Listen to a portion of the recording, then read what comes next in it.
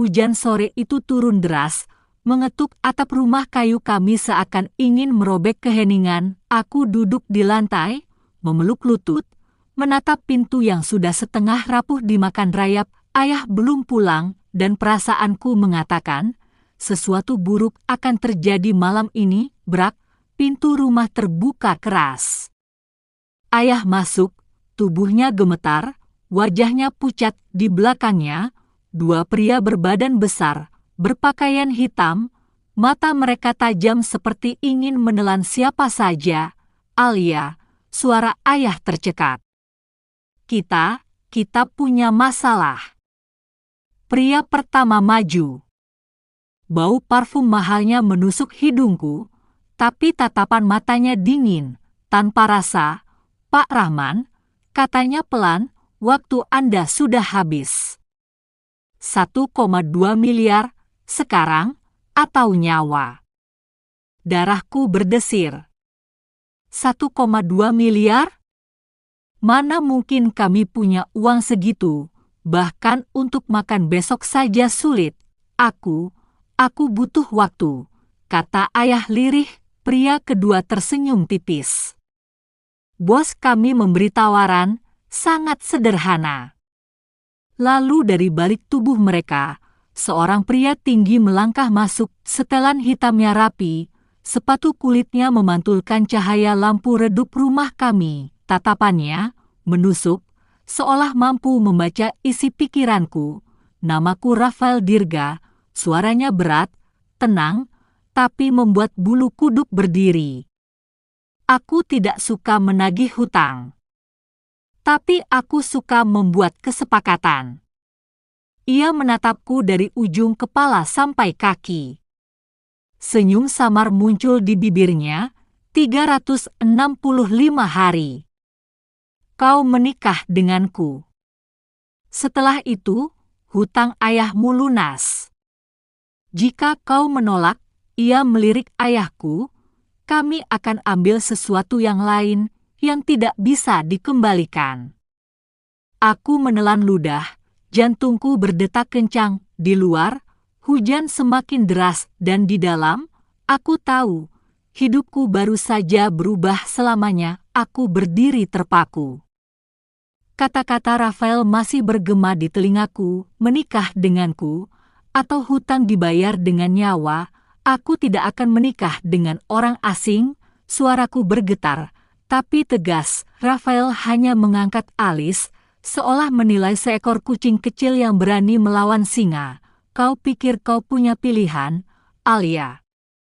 Ayah meraih tanganku, matanya penuh ketakutan. Nak, tolong, setidaknya dengarkan dia. Tangannya gemetar, bukan karena dingin, tapi karena takut kehilangan nyawanya. Rafael melangkah mendekat. Jarak kami tinggal sejengkal. Bau colognenya bercampur aroma hujan.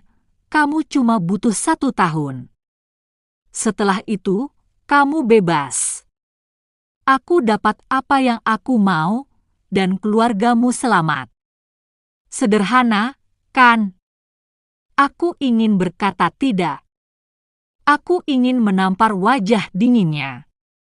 Tapi saat mataku melihat darah kering di ujung jaket pria berbadan besar di belakangnya, aku sadar. Ini bukan negosiasi. Ini ancaman. Berikan kami waktu untuk berpikir, kataku pelan. Rafael tersenyum, senyum yang sama sekali tidak hangat. Pukul 8 malam besok, aku kembali. Aku berharap jawabannya benar. Dia berbalik, diikuti anak buahnya. Pintu menutup keras, keheningan menyelimuti rumah.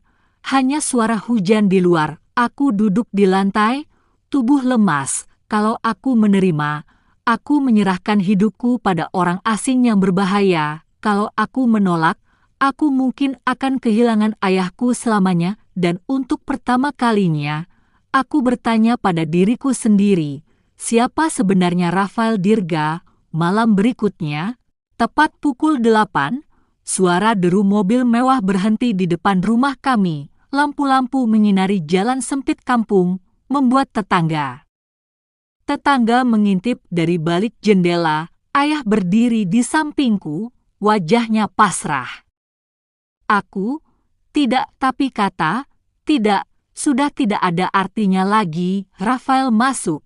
Kali ini mengenakan jas abu-abu yang membuatnya terlihat seperti seseorang dari dunia yang jauh, terlalu jauh dari dunia kami. Jadi, tanyanya, tatapan matanya menusuk. Aku menatap ayahku.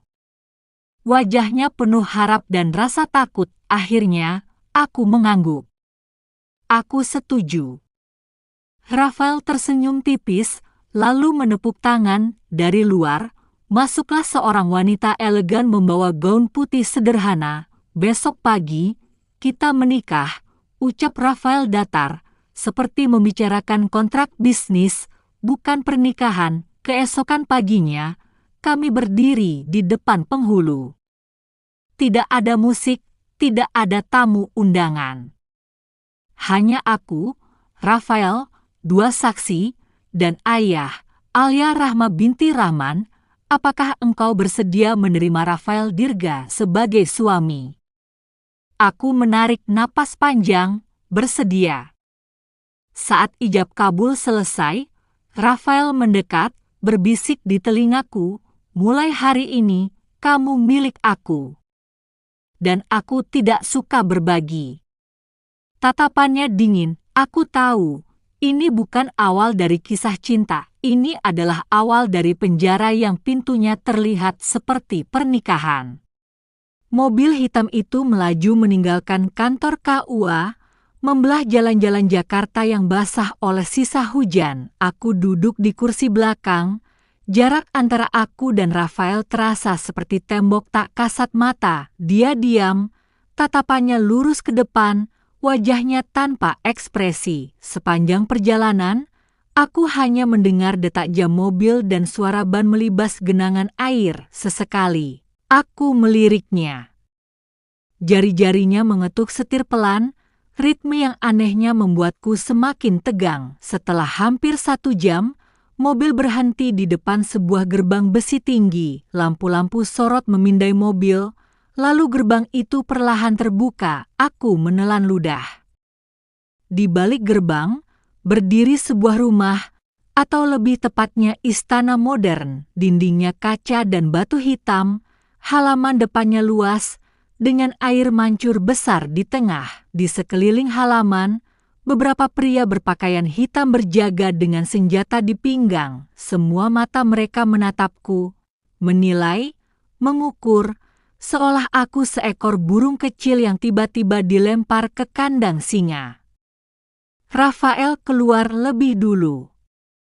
Aku ragu-ragu sebelum mengikuti. Begitu kakiku menginjak lantai marmer dingin ruang tamu, aroma mahal bercampur wangi cerutu menyambut. Ruangan itu begitu besar, tapi entah kenapa terasa sesak. Di dinding tergantung foto-foto lukisan berbingkai emas, kebanyakan potret seorang pria yang mirip Rafael, mungkin ayahnya, seorang pria berumur 40-an mendekat.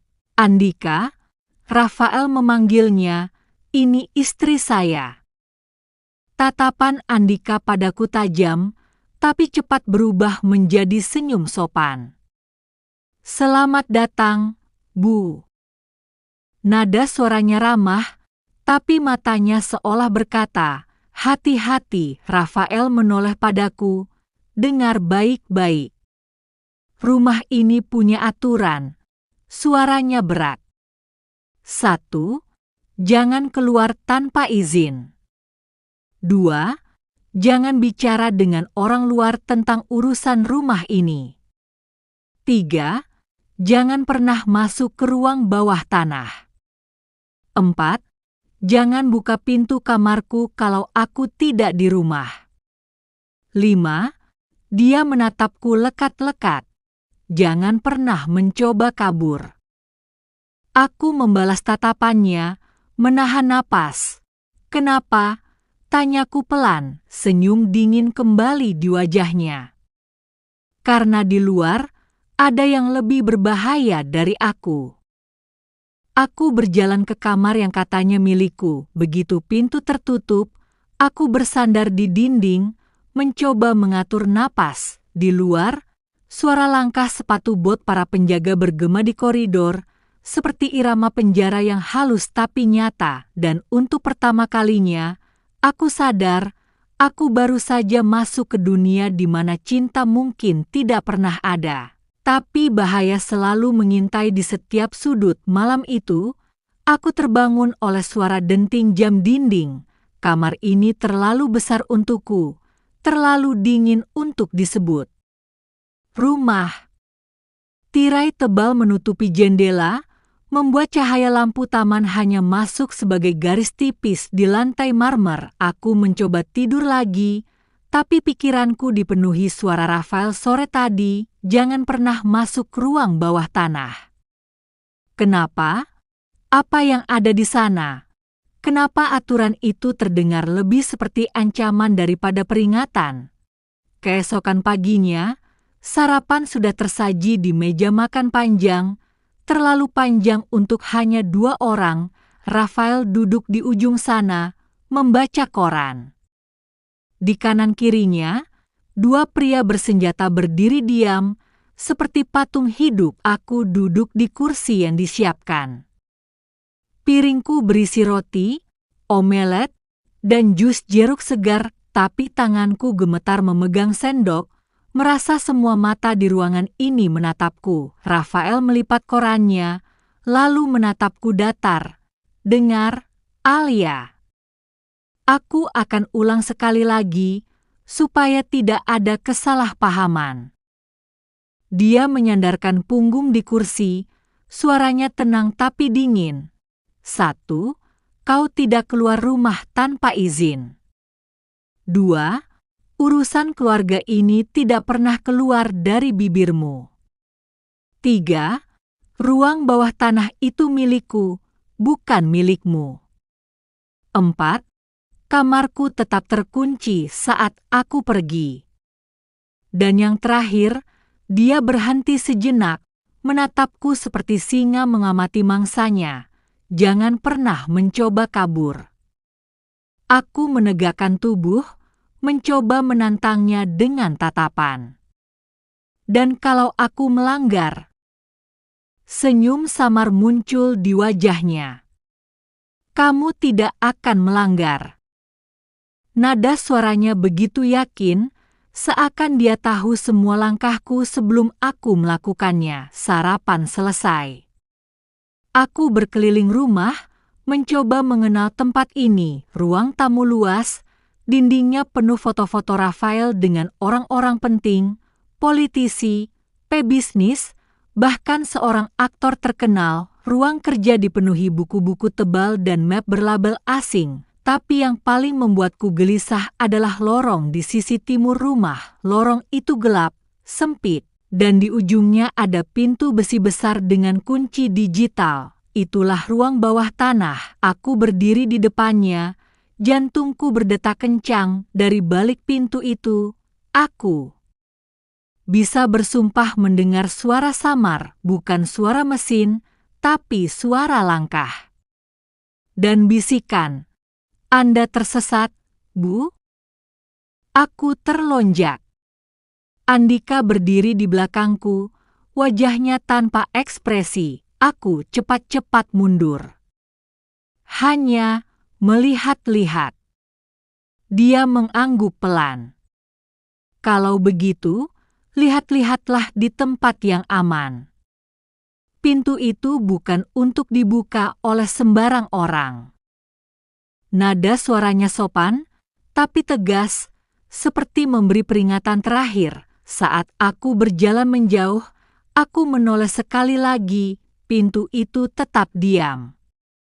Tapi aku tahu, di balik besinya, ada sesuatu yang tidak ingin Rafael tunjukkan padaku, dan perasaan itu membuatku semakin ingin tahu. Hari itu, aku baru saja selesai mengganti baju tidur ketika pintu kamarku diketuk 3 ketukan pelan, lalu suara Rafael dari luar, "Siapkan dirimu. Malam ini kita punya acara." Acara? Aku ingin bertanya, Tapi suara langkahnya sudah menjauh. Beberapa jam kemudian, seorang wanita elegan masuk membawa sebuah kotak besar. "Pak Rafael minta saya membantu ibu berpakaian," katanya singkat. Aku membuka kotak itu. Di dalamnya ada gaun hitam panjang, bahannya jatuh lembut di kulit. Gaun itu indah, tapi juga seperti seragam untuk perang yang tak kasat mata. Dia merias wajahku tipis saja, lalu menyematkan kalung berlian kecil di leherku. Aku hampir tidak mengenali bayangan diriku di cermin. Malamnya, mobil kami memasuki halaman sebuah gedung megah di pusat Jakarta. Lampu-lampu terang, karpet merah terbentang, dan deretan mobil mewah terparkir rapi. Begitu keluar, aku langsung merasakan tatapan orang-orang. Beberapa kagum, beberapa sinis, beberapa penuh perhitungan. Rafael menaruh tangannya di punggungku, membimbingku masuk. Sentuhan itu ringan, tapi terasa seperti tali yang mengikatku erat. Di dalam, musik jazz mengalun, gelas-gelas wine berkilau di tangan para tamu. Aku melihat politisi, pebisnis, bahkan selebriti. Semua tampak ramah, tapi di balik senyum mereka, ada aura dingin yang sama, aura orang-orang yang terbiasa mendapatkan apa yang mereka mau, dengan cara apapun. Rafael sibuk berbicara dengan seorang pria berperut buncit. Aku berdiri di sampingnya, pura-pura tidak mendengar percakapan mereka yang penuh istilah asing, shipment, code black, cleaning. Tiba-tiba, suasana berubah. Seorang pria berjas putih masuk, wajahnya penuh amarah. Dia berteriak pada Rafael, "Kau pikir aku tidak tahu kau yang ambil barangku?" Beberapa tamu mundur. Musik berhenti. Aku menoleh ke Rafael, berharap dia akan meredakan situasi, tapi Rafael hanya tersenyum tipis. Dengan gerakan cepat, dia mengambil pistol dari pinggang Andika. Aku bahkan tak sempat melihat kapan dia bergerak. Dan, dor, suara tembakan memecah ruangan. Pria berjas putih itu jatuh, darah mengalir di karpet mewah. Seseorang menjerit. Yang lain hanya diam, seolah ini hal biasa. Rafael menyerahkan pistol itu kembali ke Andika, lalu berbalik padaku. Wajahnya tenang, seakan yang baru saja dia lakukan hanyalah menandatangani kontrak bisnis. "Minum?" tanyanya, mengangkat segelas wine. Tanganku gemetar saat menerimanya. Di dalam kepalaku, satu pertanyaan berputar-putar: dengan siapa sebenarnya aku menikah? Malam setelah pesta itu, aku sulit tidur. Setiap kali memejamkan mata, aku masih melihat darah di karpet merah, wajah pria berjas putih yang terjatuh, dan tatapan dingin Rafael saat menarik pelatuk. Aku berbaring di ranjang, menatap langit-langit kamar. Lampu meja kecil menyala, tapi cahaya itu malah membuat bayangan di dinding tampak bergerak. Entah karena takut atau paranoid, setiap suara terdengar terlalu jelas. Gesekan ranting di jendela, derit kecil dari lantai kayu di lorong. Sekitar pukul 2 dini hari, aku mendengar suara langkah pelan di luar kamar. Langkah itu tidak seperti penjaga rumah yang biasanya berat dan tegas. Ini pelan, teratur, seolah seseorang berusaha tidak ketahuan. Aku menahan napas. Langkah itu berhenti tepat di depan pintuku. Tok, satu ketukan pelan. Aku menatap gagang pintu. Pelan-pelan gagang itu bergerak ke bawah. Kuncinya terkunci, tapi suara klik kecil membuat bulu kuduku berdiri. Seseorang mencoba membukanya dari luar. "Alia," suara itu berbisik, "bukan Rafael. Bukan ayahku. Bukan suara yang kukenal. Alia, kamu nggak aman di sini." Jantungku berdegup kencang. Aku hampir membuka mulut untuk bertanya siapa dia, tapi tiba-tiba, "Hei!" Suara Andika terdengar dari ujung lorong, langkah-langkah cepat, lalu suara bentakan keras. Aku mendengar sesuatu jatuh, lalu hening. Beberapa detik kemudian, Andika berdiri di depan pintuku. Dia mengetuk sekali. "Ibu, jangan keluar. Tetap di kamar. Ada orang yang mencoba masuk." Aku ingin bertanya siapa, tapi langkahnya sudah menjauh. Aku duduk di tepi ranjang, tubuh gemetar. Kalau orang itu benar, kalau dia mengatakan aku tidak aman di sini, berarti bahayanya bukan hanya datang dari luar, bisa jadi bahayanya justru dari dalam rumah ini. Berlangganan saluran ini dan tekan ikon lonceng untuk mendapatkan informasi terbaru di bagian selanjutnya.